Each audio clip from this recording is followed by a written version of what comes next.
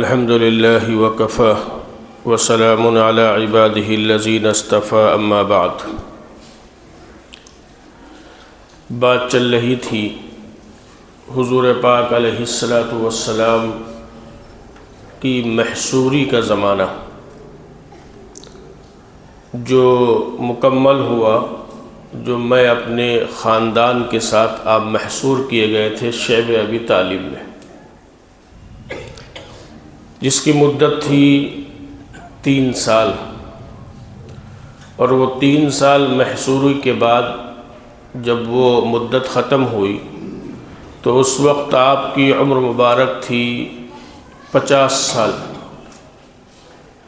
سن 10 نبوی، یعنی نبوت ملے ہوئے 10 سال کا عرصہ ہوا۔ اور اسی سال 2 بڑے واقعے پیش آئے جس کو عام الحزن کے نام سے جانا جاتا ہے۔ عام کہتے ہیں سال کو، اور حزن کہتے ہیں دکھ کو، غم کو۔ جس سال یہ بائیکاٹ کا زمانہ مکمل ہوا تھا، اسی سال حضور صلی اللہ علیہ وسلم پر یہ گویا سال جس کو دکھ کا سال حضور کے لیے کہا گیا، ایک تو انتقال ہوا تھا ابو طالب کا۔ ابو طالب کا تذکرہ آپ نے بارہا سنا، شروع سے لے کے اب تک، جو گویا ایک سایہ دار درخت کے مانند آپ کے ساتھ ہر وقت کھڑے ہوئے تھے، اور دوسرے جو تھیں وہ آپ کی غمگسار رفیق حیات حضرت خدیجۃ الکبریٰ رضی اللہ تعالی عنہا، جنہوں نے ہر موقع پر حضور پاک علیہ السلام کی دلجوئی فرمائی تھی۔ جس وقت یہ محصوری کی مدت ختم ہوئی ہے تو ابو طالب کی عمر اس وقت جو ہے وہ سیرت نگاروں نے لکھا ہے کہ 85 سال تھی۔ اب آپ دیکھیں 85 سال کا بوڑھا اور وہ 3 سال کا سوشلی بائیکاٹ، کیسے انہوں نے وہاں اس بڑھاپے میں کن حالات کا سامنا کیا ہوگا۔ بلکہ بعض سیرت نگاروں نے لکھا ہے کہ محصوری کے زمانے ہی کی وجہ سے آپ پر ضعف آ گیا تھا، اور وہی وجہ بنی آپ کے انتقال کی۔ اور حضور پاک علیہ السلام کی جو رفاقت رہی ہے ابو طالب کے ساتھ، وہ 45 سال کی رفاقت تھی۔ یعنی دادا کے انتقال کے بعد میں ابو طالب نے آپ کی پرورش شروع کی تھی، اور اس کے بعد سے لے کے 85 سال تک مستقل آپ علیہ السلام کے وہ ساتھ رہے۔ ہر موقع پر آپ کا انہوں نے ساتھ دیا، تسلی دی، ہر دکھ درد میں ابو طالب ساتھ کھڑے ہوئے۔ تو یہ جو عرصہ گزرا ہے یہ 45 سال کا عرصہ ہے، اور یہ بہت ہوتا ہے 45 سال کسی کے ساتھ گزارنا۔ ابو طالب کے انتقال میں، حضرت خدیجۃ الکبریٰ رضی اللہ تعالی عنہ کے انتقال میں،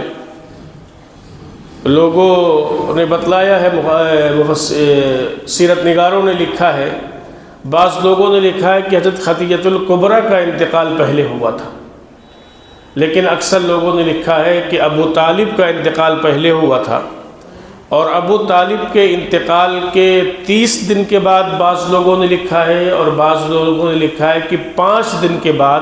حضرت خدیجۃ الکبریٰ رضی اللہ تعالی عنہ کا انتقال ہو گیا تھا۔ اور حضرت خدیجہ رضی اللہ تعالی عنہ کا جب انتقال ہوا تو ان کی عمر اس وقت 65 برس کے قریب تھی، اور 25 سال وہ حضور پاک علیہ السلام کے ساتھ ان کے نکاح میں رہی، چونکہ 40 سال تھی حضرت خدیجہ کی عمر جب نکاح ہوا ہے، اور حضور کی عمر مبارک تھی 25 برس،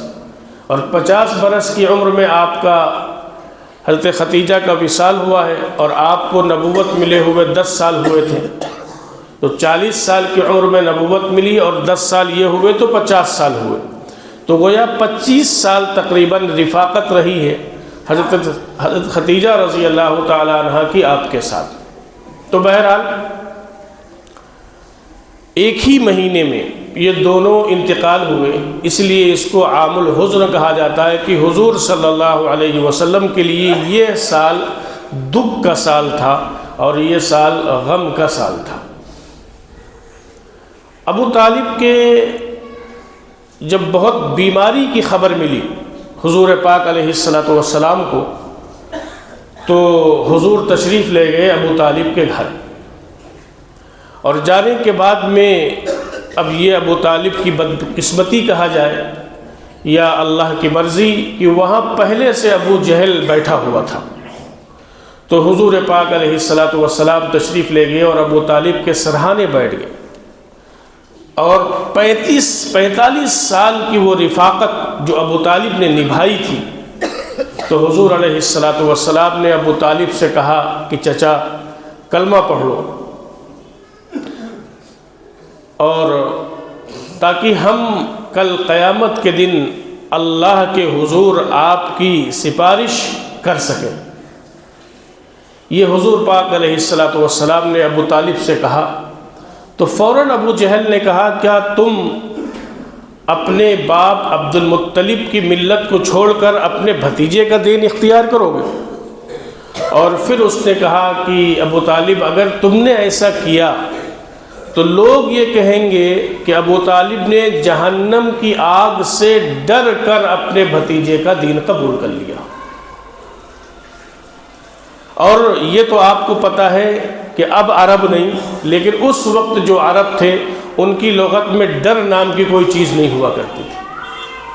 ڈر اور خوف وہ جانتے ہی نہیں تھے کہ کس کو کہا کرتے، تو یہ گویا ایک غیرت دلائی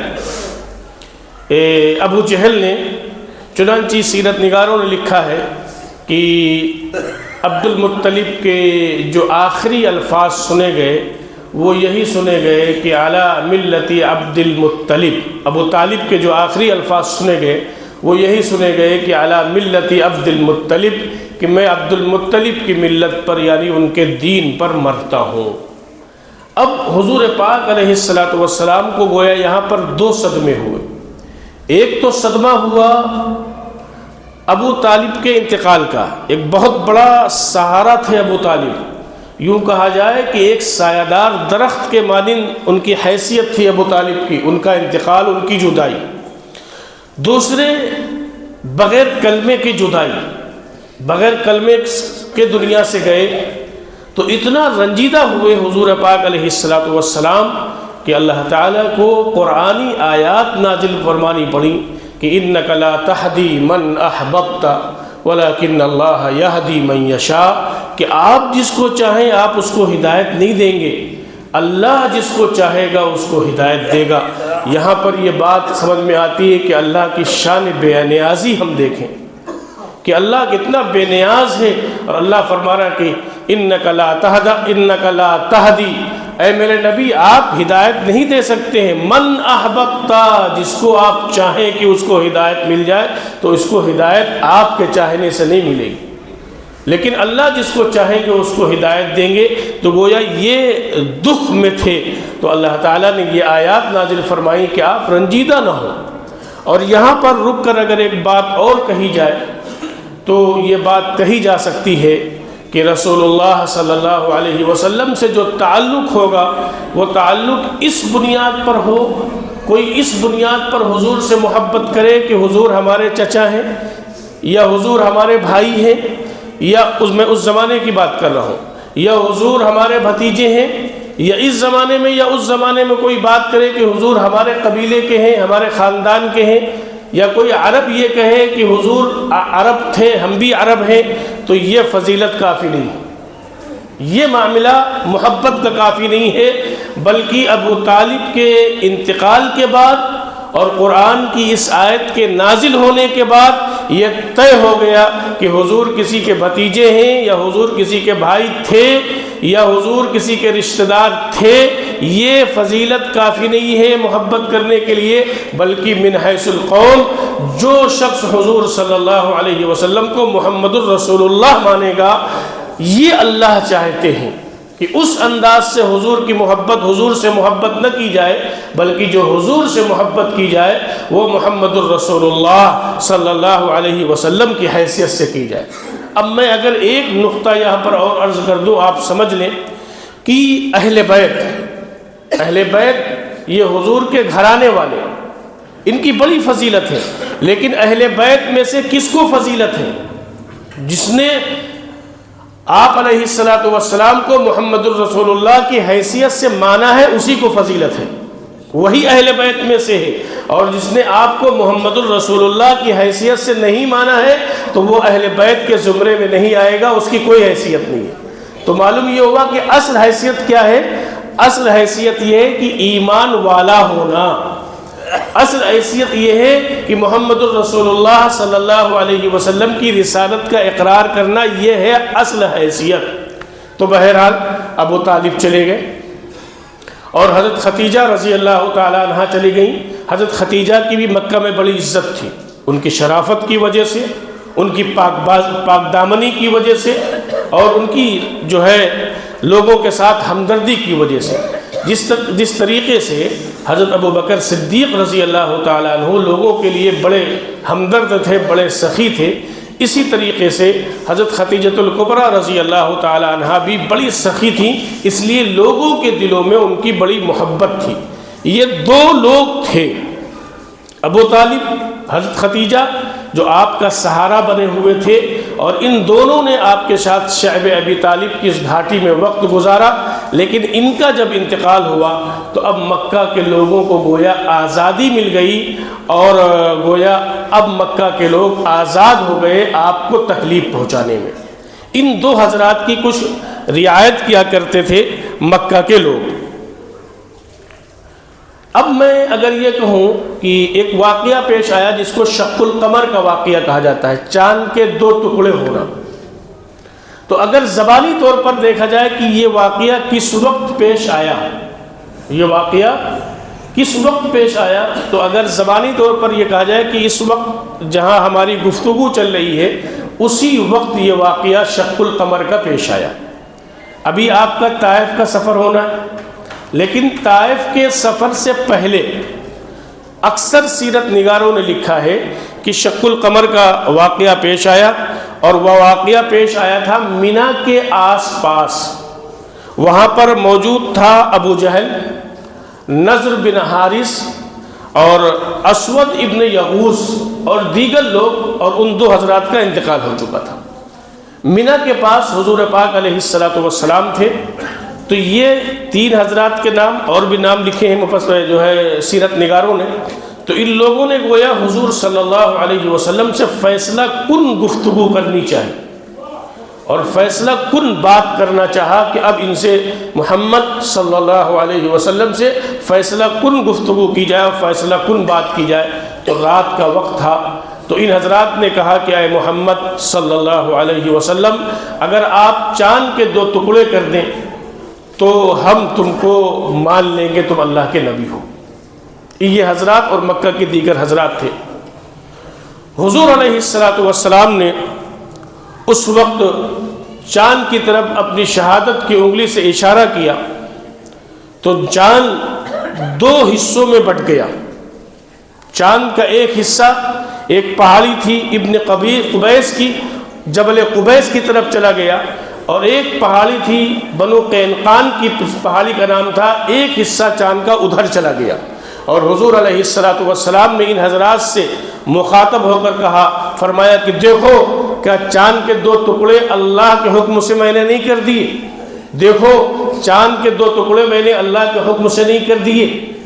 یہ حضرات آنکھیں پھاڑ پھاڑ کر، آنکھیں مل مل کر دیکھ رہے تھے، اور حضور پاک علیہ السلام نے اس کے بعد فرمایا، اشہدو، اے لوگو گواہ رہنا، چاند دو ٹکڑے ہو گیا ہے۔ اشہدو، گواہ رہنا، یہ ان کو مخاطب کر کے حضور صلی اللہ علیہ وسلم فرما رہے ہیں، اشہدو، گواہ رہنا، چاند دو ٹکڑے ہو گیا ہے۔ لیکن اس وقت دو ٹکڑے ہو جانے کے بعد میں چاند کے ہونا تو یہ چاہیے تھا کہ ان حضرات کو یہ کہنا چاہیے تھا، اشہدو ان لا الہ الا اللہ وان محمد الرسول اللہ۔ لیکن قرآن کریم میں اللہ نے فرمایا چاند کا یعنی شق القمر کا معجزہ اس کا قرآن میں بھی تذکرہ ہے اور صحیح احادیث میں بھی تذکرہ ہے. تو قرآن نے کہا اقتربت الساعۃ وانشق القمر، قیامت قریب ہے اور چاند دو ٹکڑے ہوا. سورہ قمر میں اللہ تعالیٰ نے اس کو بیان کیا. اور یوم اقتربت الساعۃ وانشق القمر، اور اس کی اگلی جو آیتیں ہیں تو اس آیت میں اللہ تبارک و تعالیٰ نے فرمایا کہ جب انہوں نے اذا رأیتہم تعجبک، جب انہوں نے اس کو دیکھا یعنی چاند کے دو ٹکڑے دیکھا تو اپنی گردن کو پھیل لیا. وَيَقُولُوا سِحْرٌ مُسْتَمِرٌ، اور یہ کہنے لگے یہ تو بڑا جادوگر ہے. بجائے کلمہ پڑھنے کے، بجائے محمد الرسول اللہ صلی اللہ علیہ وسلم کی رسالت کا اقرار کرنے کے، نعوذ باللہ یہ کہنے لگے وَقَالُوا سِحْرٌ مُسْتَمِرٌ، یہ تو بڑا جادوگر ہے. اور اس کے بعد میں یہ حضرات بھی ایمان بہرحال ان کے مقدر میں نہیں تھا تو یہ ایمان نہیں لائے. اب حضور صلی اللہ علیہ وسلم نے ارادہ کیا کہ ہم طائف جائیں. تو آپ کے ساتھ طائف کے اس سفر میں حضرت زید بن حارثہ رضی اللہ تعالیٰ عنہ تھے. طائف کا علاقہ آپ نے کیوں چنا؟ طائف کیوں گئے آپ؟ تو بعض سیرت نے نگاروں نے لکھا ہے کہ طائف ایک تو جو موسم تھا طائف کا تو مکہ کے بالکل اپوزٹ تھا. مکہ میں بہت گرمی ہوتی ہے اور یہاں جو ہے پیڑ وغیرہ نہیں ہے مکہ میں، لیکن اس کے بالمقابل طائف میں سرسبز علاقہ ہے اور پھلوں کے باغات بھی ہیں اور موسم بھی خوشگوار رہتا ہے، ٹھنڈا موسم رہتا ہے مکہ کے مقابلے میں طائف کا. اور طائف تقریباً مکہ سے 50 میل کے دور پر ہے، 50 میل کے فاصلے پر ہے جو ہے مکہ سے طائف. تو حضور پاک علیہ السلام طائف گئے اور ایک وجہ اور طائف جانے کی یہ تھی، موسم اصل نہیں تھا، اصل یہ تھی کہ مکہ کے لوگوں کے باغات تھے طائف میں. جیسے اس زمانے میں آدمی رہائش شہر میں اختیار کرتا ہے اور اپنے فارم ہاؤس کہیں بنا لیتا ہے کہ ٹہلنے گھومنے جایا کریں گے، تو اس زمانے میں مکہ کے لوگوں کے باغات بھی جو ہے وہ طائف کے اندر تھے. اور طائف کے اندر ایک قبیلہ جو سب سے بڑا قبیلہ تھا جس کو بنو ثقیف کہا جاتا ہے، اور ایک قبیلہ تھا طائف کے قریب میں جس کو حوازن کہا جاتا ہے. اور اسی قبیلے ثقیف کے دو شاخیں نکلی ہوئی تھیں، ایک کو احلاف کہتے ہیں اور ایک کو بنو مالک کہتے ہیں. تو جو احلاف ثقیف قبیلے کی ایک شاخ تھی احلاف، تو ان کا جو لڑائی کا معاہدہ تھا وہ معاہدہ تھا قریش سے. یہ اپنا حلیف کسی کو بنا لیا کرتے تھے کہ ہم آپس میں جنگ نہیں کریں گے. تو ان کا معاہدہ قریش سے تھا احلاف کا. تو اس لیے حضور صلی اللہ علیہ وسلم بہرحال طائف تشریف لے گئے. جب آپ طائف تشریف لے گئے تو طائف پہنچ کر وہاں جو ہے 3 لوگوں سے آپ نے، احلاف کے 3 لوگوں سے آپ نے گفتگو فرمائی. ایک کا نام تھا عبد یا لیل، اور ایک کا نام تھا مسعود، اور ایک کا نام تھا حبیب. ان تینوں لوگوں سے حضور صلی اللہ علیہ وسلم نے الگ الگ گفتگو فرمائی. تو پہلے والے نے کہا کہ کیا اللہ نے تم کو نبی بنا کر بھیجا ہے؟ کیا خدا اپنے کعبے کے پردے پھاڑنا چاہتا ہے اس لیے تم کو نبی بنا کر بھیجا ہے؟ یہ عبداللیل نے یہ بات کہی، جس کا مطلب یہ ہوتا تھا کعبہ کا جو ہے پردہ پھاڑنے کا مطلب یہ ہوتا تھا کہ اللہ کی شان میں گستاخی. دوسرے کے پاس جب حضور تشریف لے گئے تو اس نے کہا کیا اللہ کو کوئی ملے ہی نہیں جو تمہارے علاوہ کسی کو نبی بناتا؟ تیسرے کے پاس جب حضور صلی اللہ علیہ وسلم تشریف لے گئے تو اس نے کہا کہ میں تم سے بات نہیں کرنا چاہتا، اگر تم جھوٹے ہو تو میں جھوٹے شخص سے یوں ہی بات نہ کرنی چاہیے، اور اگر تم اپنے دعوے میں سچے ہو تو تمہاری بات سے انکار کرنا یہ ہلاکت کے لیے کافی ہے، اس لیے میں تم سے بات نہیں کرنا چاہتا. حضور علیہ السلام نے اس گفتگو کے بعد ان سے کہا کہ ٹھیک ہے، تم نے ہماری بات نہیں مانی لیکن تمہاری جو گفتگو ہوئی ہے اس گفتگو کو افشا نہ کرنا، اس راز کو ظاہر نہ کرنا۔ حضور علیہ السلام کا مقصد یہ تھا کہ یہ سارے لوگ یہاں جو موجود ہیں یہ انہی کے قبیلے کے لوگ موجود ہیں، تو اگر ان کا انکار ان لوگوں کو پتہ چل جائے گا تو یہ لوگ ہماری بات کیسے مانیں گے جو ان کے ماتحت ہیں۔ تو حضور یہ چاہتے تھے کہ یہ لوگ اپنی بات کو ظاہر نہ کریں، لیکن وہ بدبخت اتنے لوگ تھے جنہوں نے حضور کی اتنی بے توقیری کی، اور حضور علیہ السلام کے ساتھ جس انداز سے وہ پیش آئے، کوئی کسی انسان کے ساتھ اچھا انسان کسی انسان کے ساتھ پیش نہیں آتا، چاہے جائے کہ وہ محمد الرسول اللہ صلی اللہ علیہ وسلم کے ساتھ ایسے حالات میں پیش آئے، تو انہوں نے اپنے اوباش قسم کے لڑکوں کو حضور علیہ السلام کو کے پیچھے لگا دیا تھا۔ اور اس وقت جو بہت ساتھ دیا تھا، آپ کے ساتھ تھے حضرت زید بن حارثہ، جن کو یہ کہا جائے بڑی جانفشانی اور سرفروشی کا فریضہ انجام دیا تھا۔ جب حضور پر پتھروں کی بارش ہوتی تھی تو حضرت زید کبھی آپ کے دائیں آتے تھے، کبھی آپ کے بائیں آتے تھے، کبھی آپ کے پیچھے آتے تھے، کبھی آپ کے آگے آتے تھے۔ حضرت زید بن حارثہ کا سر کئی جگہ سے پھٹا ہوا تھا، اور خود حضرت زید بن حارثہ بھی اپنے بدن کے اعتبار سے کئی جگہ زخمی تھے، اور حضور علیہ السلام بھی زخم آلود تھے، آپ علیہ السلام کے بھی پتھر لگے ہوئے تھے۔ اور اس کے بعد میں حضور علیہ السلام جب وہاں سے گزر رہے تھے، نکل رہے تھے، آپ یہ چاہ رہے تھے کہ ذرا ہم مکہ سے باہر نکلیں تاکہ ان اوباشوں سے ہمیں کچھ نجات مل جائے، تو حضور علیہ السلام کو ایک انگور کا باغ نظر آیا۔ تو اس انگور کے باغ میں جب حضور صلی اللہ علیہ وسلم پہنچے تو وہاں سے پہلے مکہ کا ایک قریش کا جو ہے سردار تھا ربیعہ، اس کے دو بیٹے تھے، وہ بھی مکہ کے سردار تھے، عتبہ اور شیبہ۔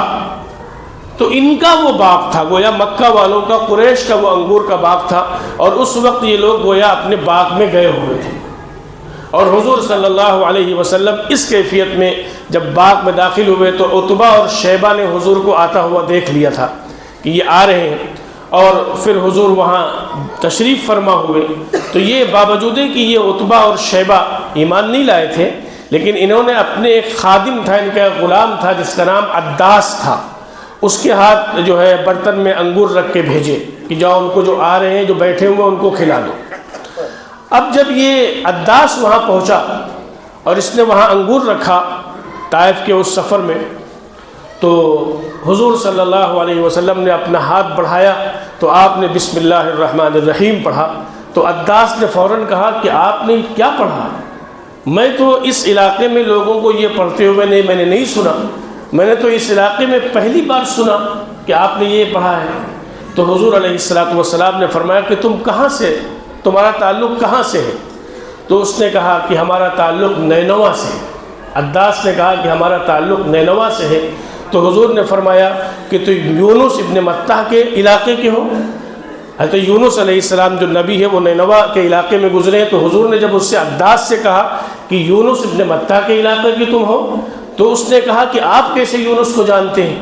تو حضور نے فرمایا کہ وہ نبوت میں میرے بھائی ہیں، ان کو بھی اللہ نے نبی بنایا تھا اور مجھ کو بھی اللہ نے نبی بنایا۔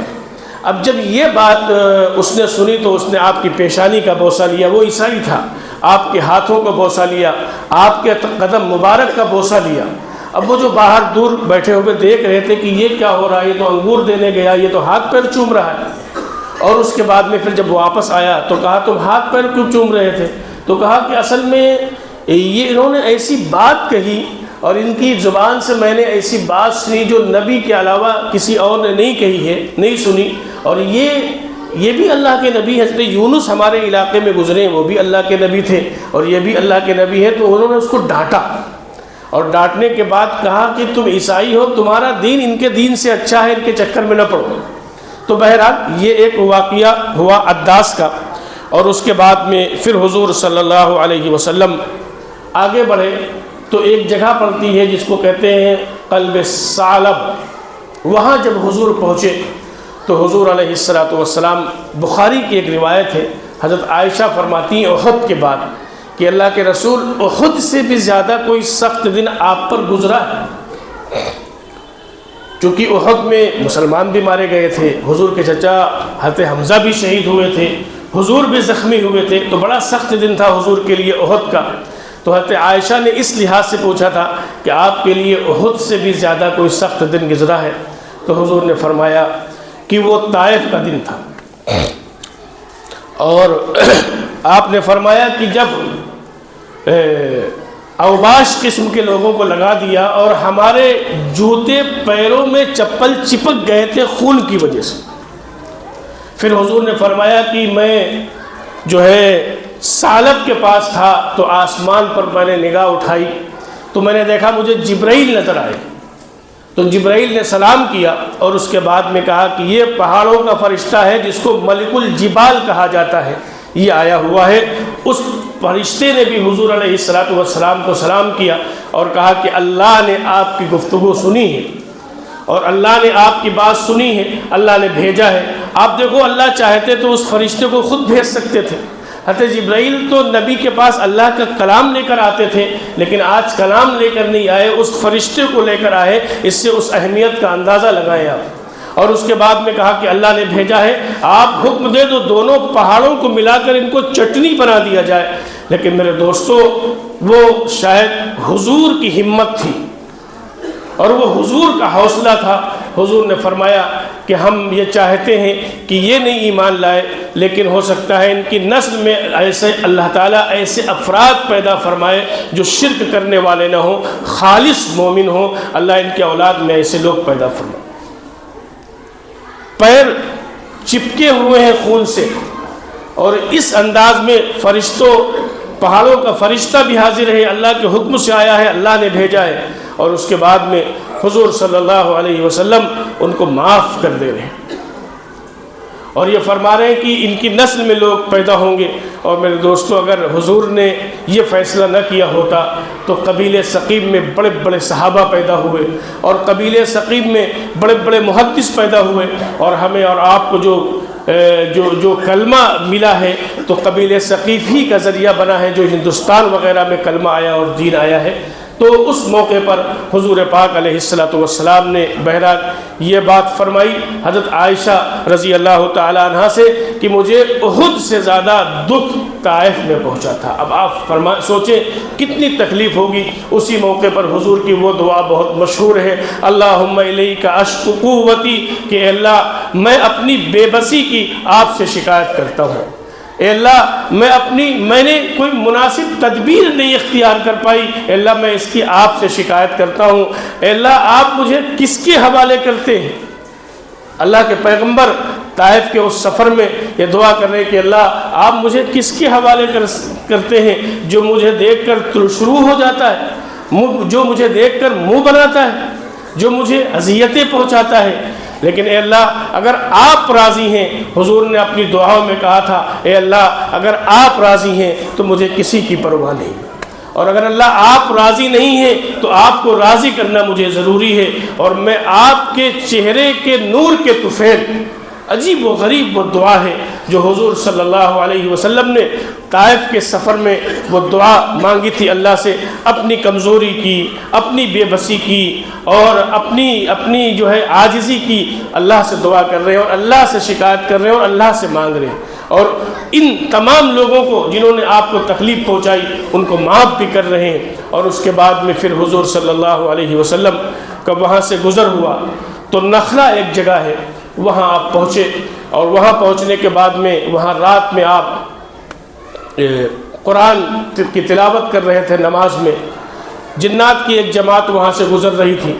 تو اس جماعت نے جب قرآن سنا تو وہ نیچے اتری، اور اس کے بعد میں اس جماعت نے حضور کا قرآن سنا۔ وَإِذْ صَرَفْنَا إِلَيْكَ نَفَرًا مِّنَ الْجِنِّ یستمعون القرآن، اللہ تعالیٰ نے سورہ فرقان میں جناتوں کی اس جماعت کا تذکرہ کیا ہے کہ وہ جناتوں کی جماعت نے آپ کا قرآن سنا، اور گویا اللہ تعالیٰ نے یہ بتلایا کہ اے میرے محبوب آپ رنجیدہ نہ ہو، یہ طائف کے لوگوں نے آپ کے ساتھ جو سلوک کیا ہے، جو برتاؤ کیا ہے، آپ رنجیدہ نہ ہو۔ اگر یہ زمینی مخلوق آپ پر ایمان نہیں لاتی ہے تو اللہ نے جنات کو بھیج دیا، اور جنات کی ایک جماعت حضور صلی اللہ علیہ وسلم پر ایمان لائی۔ پہلی جنات کی جو جماعت ایمان لائی وہ مقام نخلہ میں طائف سے واپسی میں حضور پاک علیہ السلام کا قرآن سن کر ایمان لائی، اور اس کے بعد میں اس نے یہ عہد کیا اس جماعت نے کہ ہم جا کر یہ پیغام اپنی قوم کو پہنچائیں گے، اپنے لوگوں کو پہنچائیں گے۔ اور پورے سفر میں اگر اسباب کے اعتبار سے دیکھا جائے تو ایک صرف وصولی ہوئی، عداس مسلمان ہوئے تھے، جو عیسائی جو باغ میں ملے تھے وہ عداس، وہ مسلمان ایک وصولی ہوئی تھی۔ اور پھر جب حضور صلی اللہ علیہ وسلم مکہ میں تشریف لائے تو آپ مکہ میں یوں ہی داخل نہیں ہو گئے، یہ سفر آپ کا تقریباً 13 دن کا سفر تھا۔ طائف مکہ سے جانا اور طائف کی واپسی یہ 13 دن کا سفر تھا۔ اب آپ نے یہ چاہا کہ ہم مکہ میں ایسے ہی نہ داخل ہو جائیں، بلکہ غار حرا کے پاس جا کر آپ رک گئے، اور وہاں سے آپ نے 3 لوگوں کو اطلاع بھیجی کہ ہم کو اپنی پناہ میں لے لیں، لیکن 2 لوگوں نے تو انکار کر دیا۔ مطعم ابن عدی ایک شخص تھا جو مسلمان نہیں ہوا تھا۔ حضور نے فرمایا کہ ہم چاہتے ہیں کہ ہم مکہ میں اب داخل ہوں تو مطعم ابن عدی کی پناہ میں داخل ہوں، ان کی امان میں داخل ہوں۔ چنانچہ مطعم ابن عدی نے آپ کی بات کو مانا، اپنے بیٹوں اور اپنے بھتیجوں کو لیا اور یہاں آیا غار حرا، اور غار حرا آنے کے بعد میں حضور کو سواری پر بیٹھایا، اور سب ہتھیار سے لیس تھے اس کے بھتیجے اور بیٹے، اور خانے مکہ میں داخل ہوتے ہوئے مطعم ابن عدی کہہ رہا تھا کہ دیکھو میں نے محمد صلی اللہ علیہ وسلم کو امان دی ہے، کوئی ان کو ہاتھ نہیں لگا سکتا۔ چنانچہ حضور سے پوچھا آپ کہاں جانا چاہتے ہیں؟ حضور نے فرمایا خانہ کعبہ۔ آپ کو خانہ کعبہ لے گئے، اور خانہ کعبہ میں جا کر مطعم ابن عدی نے کہا کہ کوئی ان کو ہاتھ نہیں لگا سکتا، یہ میری امان میں ہے۔ بھتیجے اور بیٹے ہتھیار سے لیس تھے، اور اس کے بعد میں پھر آپ کو اپنے گھر چھوڑا۔ یہ حضور صلی اللہ علیہ وسلم نے بہت دوراندیشی سے کام لیا کہ اگر یوں ہی داخل ہو گئے تو ہو سکتا ہے کہ مکہ کے لوگ اور تکلیف پہنچائیں، چونکہ وہ جو 2 سہارے تھے ابو طالب اور حضرت ختیجہ وہ بھی چلی گئی ہیں دنیا سے، تو اس تکلیف سے بچنے کے لیے آپ نے دانشمندانہ قدم اٹھایا کہ مطعم ابن عدی کا یہ آپ ان کی پناہ میں لیا۔ اور اسی مطعم ابن عدی غزوہ احد کے موقع پر آئے گا کہ حضور نے غزوہ احد کے بعد فرمایا تھا 70 کافر جو گرفتار ہوئے تھے یا جو بھی گرفتار ہوئے تھے، تو حضور نے فرمایا تھا اگر آج مطعم ابن عدی زندہ ہوتا اور وہ یوں کہتا کہ تم ان سارے کافروں کو چھوڑ دو، تو حضور فرماتے تھے کہ میں سب کو چھوڑ دیتا، اس لیے کہ مطعم ابن عدی وہ ہے کہ جس نے میرے ساتھ احسان کا معاملہ کیا تھا، اور جس نے مجھے مکہ میں جب کوئی مجھے پناہ دینے والا نہیں تھا، امان دینے والا نہیں تھا، تو مطعم ابن عدی نے مجھے امان دی تھی، باوجود کہ وہ مسلمان نہیں تھا۔ لیکن حضور صلی اللہ علیہ وسلم کے ساتھ اگر کوئی ادنا سا بھی احسان کا اور مہربانی کا معاملہ کرتا تھا تو حضور صلی اللہ علیہ وسلم اس مہربانی کے معاملے کو چکانے کی اور اس کی بھرپائی کی کوشش کرتے تھے جناب رسول اللہ صلی اللہ علیہ وسلم۔ تو یہ سفر طائف کا آپ تھا میرے دوستو، مشکلوں کا سفر تھا، حالات کا سفر تھا، حالات سے بھرا ہوا سفر تھا۔ آپ سوچیں کہ حضور صلی اللہ علیہ وسلم کو ان تکلیفوں کو کیوں سامنا کرنا پڑا، اس لیے کیا قصور تھا؟ صرف یہی تو قصور تھا کہ وہ کہتے تھے اللہ ایک ہے، ایک اللہ کو مان لو، اور میں اللہ کا رسول ہوں، مجھے اللہ کا رسول مان لو۔ اس کے علاوہ تو کوئی قصور نہیں تھا۔ حضور نے کسی کی جائیدادیں نہیں لی تھیں، حضور نے کسی کے مال پر قبضہ نہیں کیا تھا، لیکن یہ ایک چیز تھی جس کی وجہ سے اذیتیں دی جا رہی تھیں۔ اس لیے اگر دین اسلام کے لیے، اعلاء کلمت اللہ کے لیے، اللہ کے دین پر عمل کرنے کے لیے اگر کبھی کچھ مشکلات آئیں تو ان مشکلات پر ہمیں جمنا ہے۔ یہی سیرت کا پیغام ہے، اور یہی حضور صلی اللہ علیہ وسلم کی سیرت کا تقاضا ہے کہ ان حالات میں ہم فوراً، آج تو ہمارے اندر سے قوت برداشت بھی ختم ہو گئی۔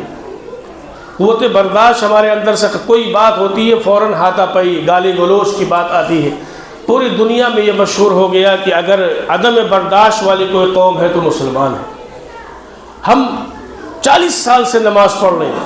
30 سال سے نماز پڑھ رہے ہیں، لیکن ہمارے مزاج کے خلاف اگر کوئی بات کہہ دے تو پھر ہم اس کو برداشت کرنے کو تیار ہیں، اور مسجد میں لڑنے کو تیار ہو جائیں۔ یہ ہمارا مزاج کیوں؟ ہم نے صرف جو ہے حضور کی سیرت کو ہم نے غور سے مطالعہ نہیں کیا، یا حضور صلی اللہ علیہ وسلم کی بعثت کو ہم نے سمجھا نہیں۔ اگر حضور کی بعثت کے سمجھے تو معمولی باتوں پر ہمارے یہاں آپس کے جھگڑے نہ ہوتے۔ تو اس لیے میرے دوستو، حضور کی سیرت کو سمجھیں اور سمجھنے کے بعد میں پھر اسی کے مطابق زندگی گزارنے کی کوشش کریں، اور کچھ برداشت، یہ دینداری کا اصول ہے، دیندار بننے کا یہ اصول ہے۔ یہ صرف سجدہ ہی مارنے، اندر کچھ اترا ہی نہیں، کہ کسی ذرا سے کوئی معلوم بغل میں ہماری جگہ پہ کھڑا ہو گیا آ کر ہم، اور اس کے بعد میں ہم ناراض ہو گئے، کسی نے ہم کو پیچھے کر دیا تو ہم ناراض ہو گئے، کسی نے ہم سے کوئی بات کہہ دی تو ہم ناراض ہو گئے، گھر نکلے گھر پہ کوئی بات ہو گئی تو ناراض ہو گئے، پڑوسی سے کوئی بات ہو گئی ہے تو ہم ناراض ہو گئے۔ تو یہ سیرت کا تقاضا نہیں ہے۔ طے کریں کہ سیرت کی روشنی میں زندگی گزاریں گے۔ ایک اعلان کرنا تھا، باقی انشاءاللہ اس کے بعد اگلے جمعے سے قراءۃ القرآن کا ایک پروگرام جو پچھلے کئی سالوں سے ہو رہا ہے، ہر سال قراءت کا ایک پروگرام ایک دن کا ہوتا تھا۔ ملک بھر کے بہت مشہور قاری آتے ہیں اور وہ اپنے لب و لہجے میں قرآن پڑھتے ہیں۔ یہ قرآن کی محفل ہوتی ہے، لیکن اب اس سال بہرحال سردی میں آیا، اسی ایام میں ہوتا تھا رجب کے اور جمادی الثانی کے قریب میں، لیکن ہم سمجھتے ہیں قرآن کے عاشقوں کے لیے سردی کوئی رکاوٹ کا ذریعہ نہیں بنتی ہے۔ تو کل یعنی سنیچر کو 13 تاریخ کو بعد نماز عشاء طلاق محل میں ایک جلسہ قراءۃ القرآن کا ہے۔ عشاء کی نماز کے بعد 8:30 پونے 9 بجے سے دارالعلوم دیوبند کے نائب محتمم ہیں حضرت مولانا مفتی محمد راشد صاحب اعظمی، ان کا پون گھنٹے کا بیان ہوگا، اور اس کے بعد میں پھر ملک کے مختلف علاقوں سے جو قراء آئیں گے وہ اپنی صرف قرآن کی تلاوت ہی کرتے ہیں، یہی مجلس ہوتی ہے۔ اور جن لوگوں نے شرکت کیا ہوگا ان کو اندازہ ہوگا کہ ایسی نورانی محفل میں شرکت کر کے بڑا مزہ آتا ہے، اور جن لوگوں نے شرکت نہ کیا ہو تو ہم سمجھتے ہیں کل سنیچر ہے تو اس محفل میں شرکت کریں، آپ کو اندازہ ہوگا کس لب و لہجے میں قرآن پڑھا جا رہا ہے۔ اور پھر جب قرآن پڑھا جاتا ہے تو حضور کا فرمان ہے جو صحیح حدیثوں میں ہے کہ اللہ قرآن کو خود بہت توجہ سے سنتا ہے۔ ہم اور آپ جب قرآن کی تلاوت کرتے ہیں تو یہ یقین کریں کہ اللہ قرآن کی تلاوت کو سن رہا ہے، اور پھر قرآن کے ماہرین تشریف لائیں گے، وہ تلاوت کریں گے تو الگ محفل کی رونق ہوتی ہے، تو اس میں بھی شرکت فرمائے۔ اللہ تعالی ہم